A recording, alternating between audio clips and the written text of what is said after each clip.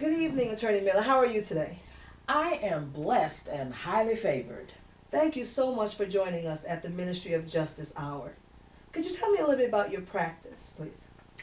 Well, I have been practicing for the last 34 years. I graduated from Emory University Law School in 1980. The focus of my practice, for the most part, has been labor and employment law. And in more recent years, I have begun to focus on civil rights litigation.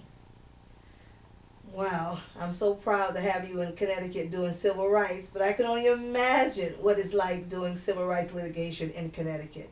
Are there anything in particular that you're working on within the community at this moment? Well, at the present time, I do have a lawsuit of my own. Miller versus Bridgeport Board of Education and Bridgeport Office of the City Attorney. I have brought this lawsuit on my own behalf because I have been experiencing something that I think African American lawyers experience. It's just that people have not brought it out into the open thus far. In this suit, I am alleging that my civil rights under a statute that is called 42 U.S.C. Section 1981, which is part of the civil rights statutes that go all the way back to the Civil War era. That statute says that African Americans have the same right to make and enforce contracts as white citizens. Well, what I have discovered is that the city of Bridgeport, through the office of the city attorney, does not enforce or allow contracts for legal services by African American lawyers to the same extent that they do for white lawyers.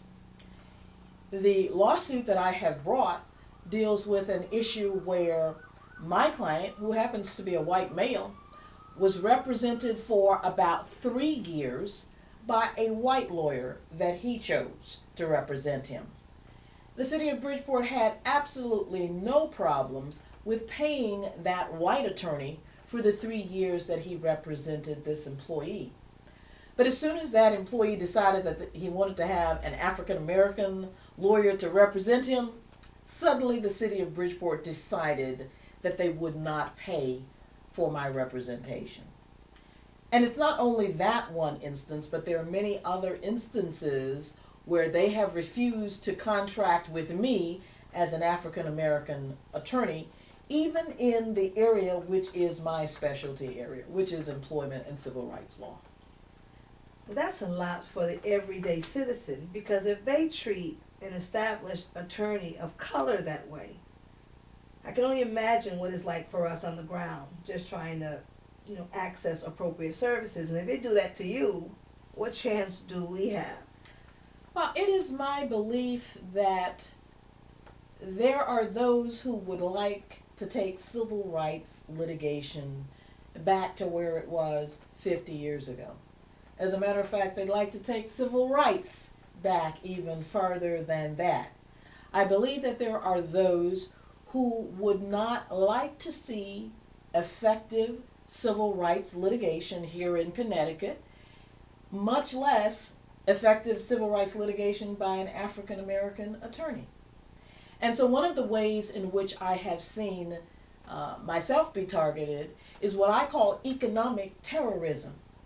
Back during the day when African Americans were engaged in the civil rights struggle, one of the ways that they would seek to shut down civil rights activism was to engage in actions that would cause those individuals to become economically stressed. For example, if somebody had a mortgage on their property, they could be up to date on their mortgage. Well, what would be done would be that they would accelerate the mortgage to put economic pressure on those individuals and to cause them to not want to continue with their civil rights activism.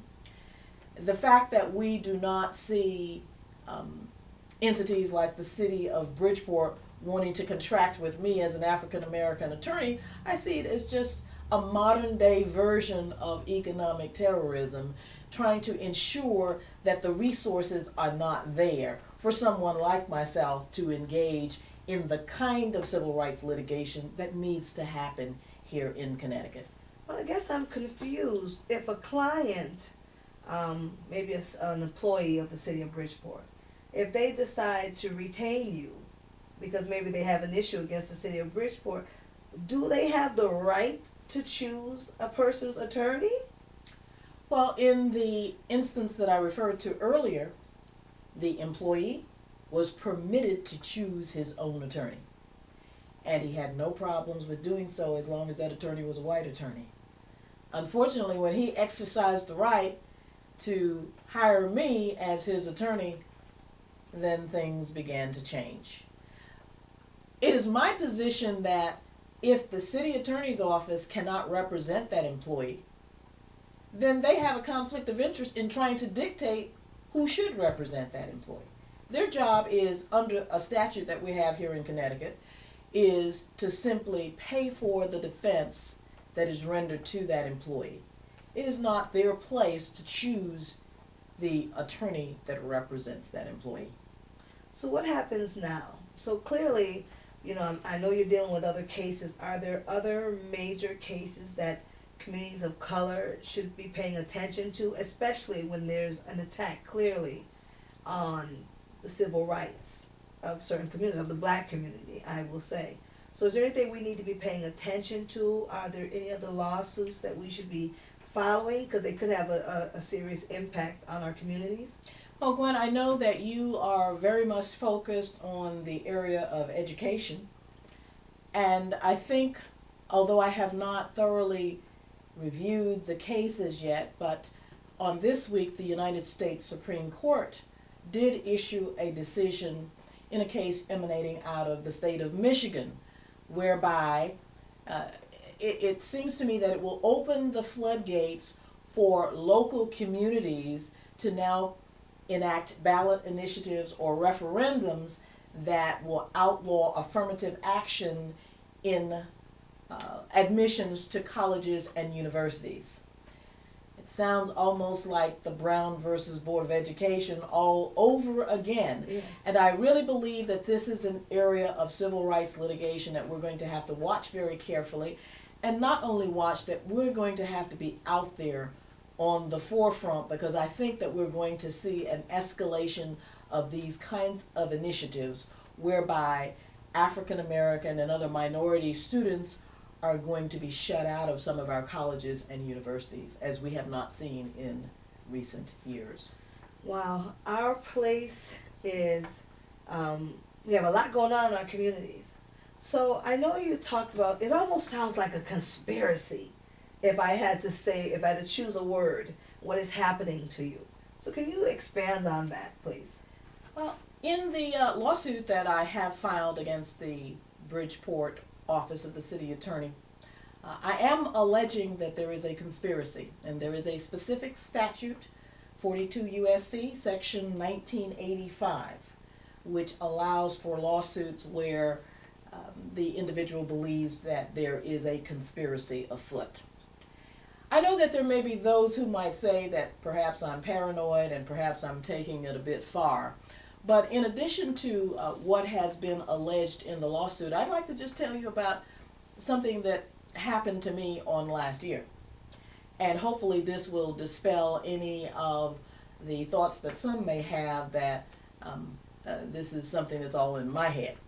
But on last year, I was actually approached by an individual who offered me what I consider to be a bribe. Gwen, I was actually offered $1 million if I would stop practicing law. Now, I will tell you that $1 million is a lot of money. However, there was nothing whatsoever about this offer that had any enticement for me. I am not sure who put this person up to coming to make that offer, but whoever it was thought that they were being clever. The person who came to me happened to be someone that I knew, had known for probably 20 years, although I had not seen her in some 6 or 7 years. This person used to be a member of the church that I was a part of. And they tried to come to me in a subtle way. They tried to package this in a way that would make it sound enticing to me. This person said that perhaps if I stopped practicing law here in Connecticut, that I could take this $1 million and that I could go to Africa and do some missionary work. Now, they knew that in the past, when I had a lot of expendable cash, that's what I would do. I've done a lot of missionary work. I'm an lay evangelist, as you know, have been for 30 years. And this person thought that they could entice me into quitting the practice of law by offering this $1 million. But the Bible says this. Jesus said that my sheep know my voice, and the voice of a stranger they will not follow. Yes. When I heard this bribe, I knew that that was not the voice of my Lord. And so I had no problems with turning it down. Now, some people may say that this sounds bizarre, and maybe we'll continue the discussion on our next segment. But I would say this: if there are those who are so intent upon trying to get me to not practice law to the point that they would try to entice me with that kind of bribe, then that says that there is something here in Connecticut, something in the spiritual realm that we have to deal with, in addition to what happens in the courtroom. Because those who don't know me, I want to say this, that in addition to having been a lawyer for 34 years, Yes. I have been a lay evangelist for almost as long. Whenever I walk into the courtroom, I'm not going on my own. I'm not going simply with what I've learned from the law books, but the Spirit of God. And that's what it's going to take for African Americans who know our history. The only reason why we have been able to get this far is because of the spiritual beliefs that we have. And so I am up to the challenge, because I know that that's what it's going to take for us to go forward from here with the civil rights struggle that we have facing us. Well, thank you so much. We are out of time. We are looking forward to the Ministry of Justice Part 2. Thank you so much for this enlightening conversation. And communities are going to have to go back, listen to this YouTube clip, this video clip, process it, and come together and figure out what is our plan of action to ensure that we are protecting our civil rights, to access great schools, safe communities, equitable access to jobs, and the many other things that we're entitled to by law. So thank you very much for your commitment to the Black community and to communities as a whole. I know you Black clients are not your only clients. That's correct, because civil rights is not just a Black thing. There are white clients that I have who have civil rights issues. So when we think about civil rights, we should broaden our scope. Thank you for that. And you have a great evening.